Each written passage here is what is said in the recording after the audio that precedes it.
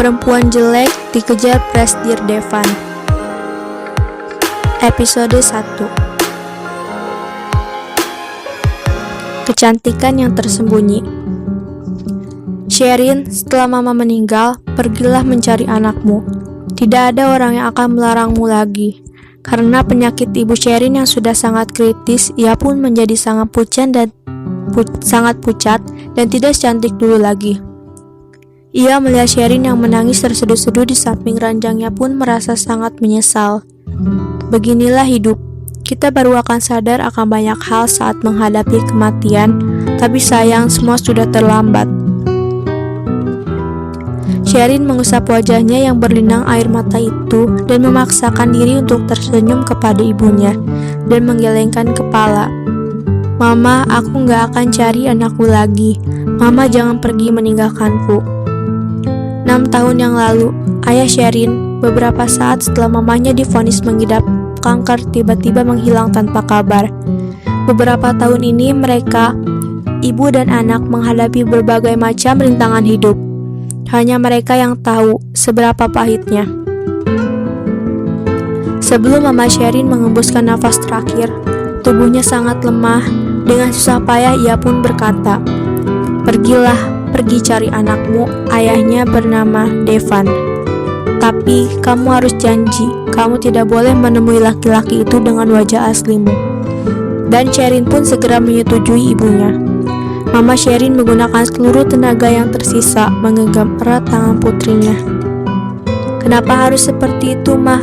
Kenapa harus menyembunyikan wajah asliku? Bukannya raut wajahku yang cantik yang mama turunkan pada diriku ini yang selalu mama banggakan?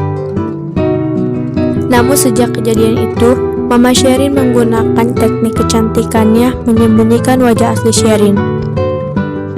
6 tahun wajah aslinya disembunyikan.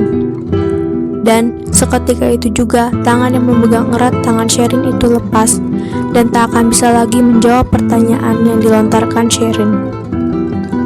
Tidak ada orang lagi yang bisa memberitahu Sherin alasan kenapa ia tidak boleh menunjukkan wajah aslinya.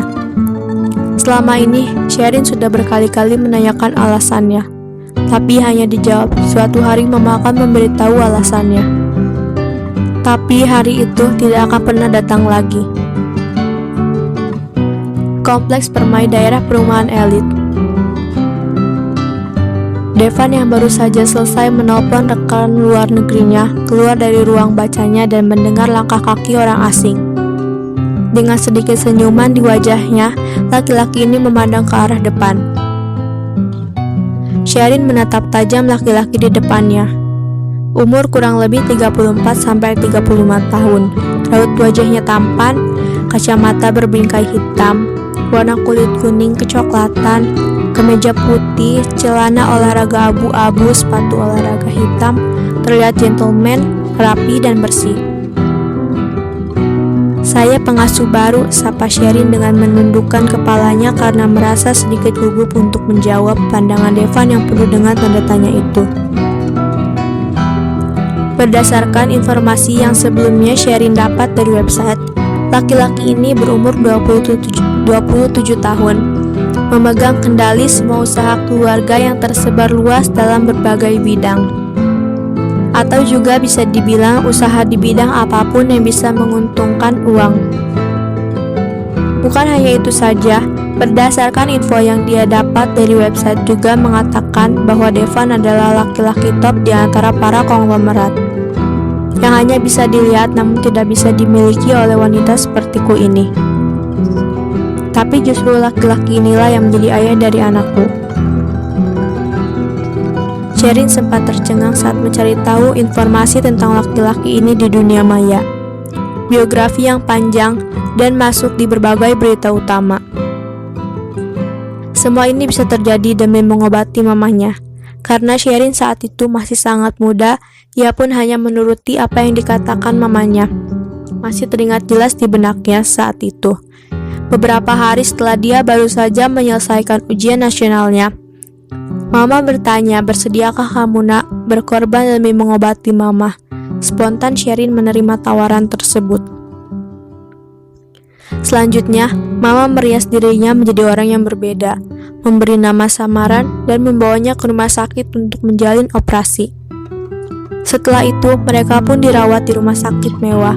Di sanalah penyakit Mama Sherin berhasil disembuhkan, dan Sherin mengandung sekaligus membawa anak laki-laki ke dunia, yang dibawa pergi sebelum dia sempat melihatnya. Saat itu, Sherin baru berumur 18 tahun. Ia tak mampu untuk kuliah, ditambah masih harus merawat mamanya ini. Semua membuat Sherin yang berusia 23 tahun tidak punya keahlian apapun. Tapi demi Mama, ia lakukan semuanya tanpa penyesalan. Walaupun ia tidak mengerti kenapa setelah kejadian itu, Mama tidak memperbolehkannya dia menjumpai orang lain dengan wajah aslinya, membawa pergi dari kampung mereka dan tidak pernah kembali lagi.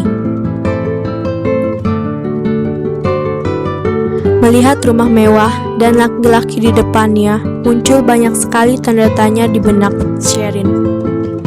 Dengan latar belakang keluarga dan pria yang sukses seperti ini, kenapa harus menggunakan cara seperti itu untuk mendapatkan anak, dan kenapa juga dia yang terpilih?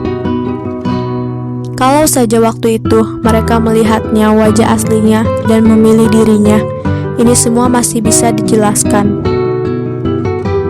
Tapi waktu itu Mama merias wajahnya sebelum pergi menemui mereka. Tapi Sherin tahu sepertinya dia tidak akan pernah tahu alasan dari semua ini. Tujuan satu-satunya Sherin datang ke rumah ini hanya untuk melihat anaknya.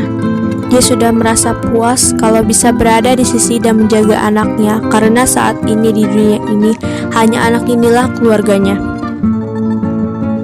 Sherin tidak memiliki keahlian apapun. Dia pernah memikirkan banyak cara untuk masuk ke rumah Devan, tapi semua tidak berhasil. Untungnya di saat yang bersamaan dia mendengar kabar bahwa keluarga Devan sedang mencari pengasuh untuk anaknya. Sherin merasa ini satu-satunya peluang yang ia miliki. Sebelumnya Sherin juga sempat berencana untuk merayu Devan dengan kecantikannya, tapi dia tidak mau melanggar pesan ibunya, dan terlebih lagi dia tidak ingin berhubungan banyak dengan laki-laki. Ditambah tidak pernah terlintas di benaknya untuk bersuami. Ayahnya pergi begitu saja saat mengetahui ibunya sakit, membuat Sherin tidak bisa mempercayai laki-laki lagi.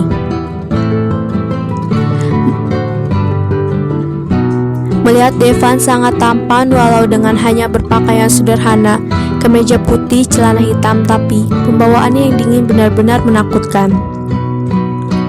"Oh," jawab Devan dengan wajah tanpa ekspresi dan mengalihkan matanya dari Sherin. Lalu turun tangga menuju dapur, membuka lemari es dan mengambil sebotol air dingin lalu meminum beberapa teguk. Pertama kali bertemu dengan ayah dari anaknya berasa asing dan biasa saja. "Devan, Nona Gabriel sudah datang," lapor salah satu pembantu rumah tangga. "Devan," sapa wanita itu dengan suara lembut dan merdu. Sherin yang cuek pun melihat wanita itu sepintas dan terkejut melihat wajahnya. Dia pernah melihat wanita ini saat itu. Sherin melihatnya secara diam-diam. Wanita itu berada di luar ruangan operasi, tepat di balik pintu. Wanita inilah yang membawa sel pembuahan itu. Walau hanya sepintas, Sherin ingat betul wajah cantik ini karena sangat jarang ada wanita secantik ini. Hanya saja, dia kok bisa di sini, dan sepertinya wanita ini mempunyai hubungan yang khusus dengan Devan. Apa mungkin wanita ini istrinya? Sepertinya tidak mungkin. Istri mana yang mau wanita lain mengandung anak dari suaminya, dan pikiran Sherin pun menjadi kacau. Terima kasih untuk mendukung channel ini. Mari kita subscribe, like, dan share untuk mendukung channel ini agar terus bersambung.